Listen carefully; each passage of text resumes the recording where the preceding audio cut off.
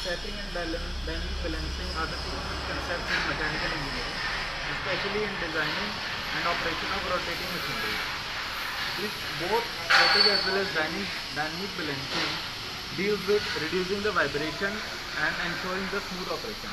In this apparatus we have a frame. In this frame there is a shaft which is driven by a motor, and this motor is further connected to an electrical pulley, and this pulley is connected to 4 blanks.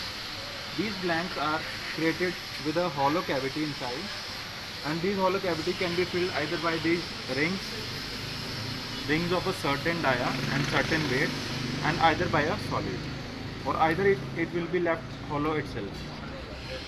For different combination we will be ensuring that different blanks are fitted with different accessories provided with us.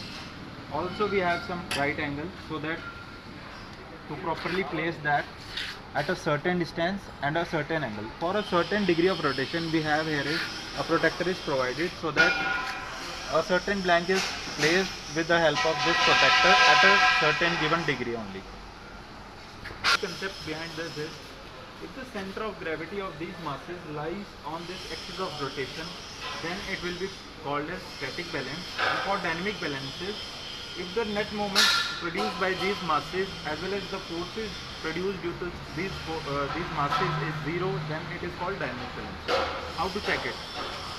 If we want to check either it is statically balanced or not, firstly we will be remove this belt from this pulley, and we will be rotating from this, rotating by hand. This shaft is rotated by our hand only.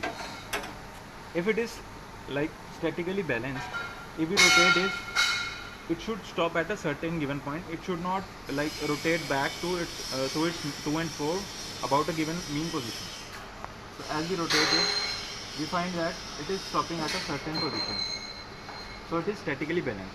And whenever we are checking for the dynamic balancing, we have to place this belt back to the pulley itself, and electrical supply is given to this motor through this electrical panel. We have a RPM indicator over here, and a RPM variac is provided to us.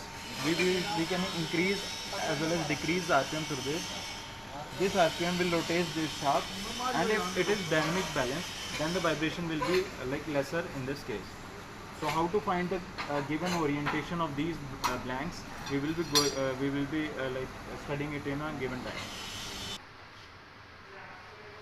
To find the orientation of these different blanks, we have different methods. We are going for graphical method.